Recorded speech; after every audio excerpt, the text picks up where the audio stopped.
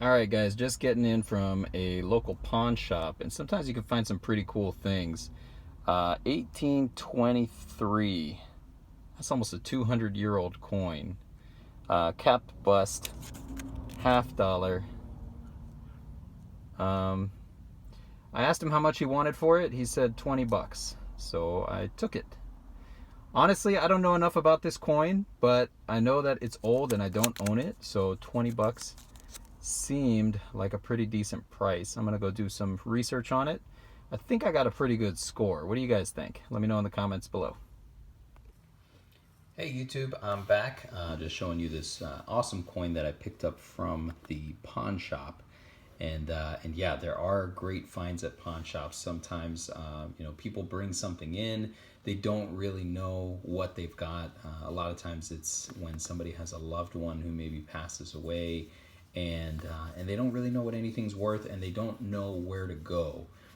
So actually, it was my wife's idea. I'm going to go ahead and do a video on what to do when a loved one passes away, and you want to find out about their coin collection and what to do about it, where to send it. But a little bit about this one. Again, this is an 1823. It is just shy of 200 years old. Amazing, amazing old coin. The mintage on this capped bust half dollar was, let me get you that number real quick. Oh, I don't have a mintage number on it. It is actually no mint mark, so it's going to be made in Philadelphia. The engraver, the designer, was John Reich, and it is not 90% silver. I guess maybe the refining process was slightly less. There's less quality put into it, so this is an 89% silver, 11% copper. So it's close, but it was not a 90% coin. Mass is about 13.48 grams when it's brand new, the diameter being 32.5 millimeters. And as you can see on this side, it does say Liberty on her cap. This is called the capped bust, and is one of the few coins where the person on the obverse is facing to the left. It has 7 stars on the left and 6 stars on the right. That's for the 13 original colonies. Again, 200-year-old coin, guys. Oh, drop that. Hold on. All right, so on the back side, United States of America and E pluribus unum, and 50C. And the other cool thing about this coin, this was from way back in the day before they had the ability to read the edges.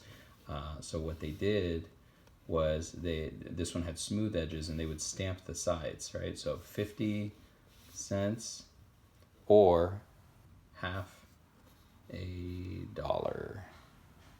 Pretty cool. It's pretty cool how that came out. But anyways, for this one, they had several different varieties. Apparently, they were struggling with the number 3 at the end. I think they were trying to work on changing the way that the 3 would come out. So in this case, this is called the normal 3. There is one where it has a broken 3 in the middle. That actually would be a very rare piece, worth a whole lot more. Then they patched it, so there's a patched 3, and there's one where the patch broke, and then they call that the ugly 3. I think there's another one aside from that as well. But also to just let you guys know that, I kind of looked at this, and I'm not a grader by any stretch of the word, but basing it off of what I saw online, this one looks like it's probably a VF25. And let me know what you guys think. But just to give you an idea, I picked this up from the pawn shop for 20 bucks, which means that they paid even less than that for this coin. It's obvious that these guys aren't necessarily coin dealers. They don't necessarily know what the value of something like this might be. They just know it's old, it's silver, let's charge 20 bucks for it, right? But the person who sold it to them probably needed money and probably was liquidating a loved one's collection. And when that happens, it's a really sad thing, because this is something that somebody was hanging on to for quite some time. Might have been 50, 60 years. Maybe it was handed down to them from their parents.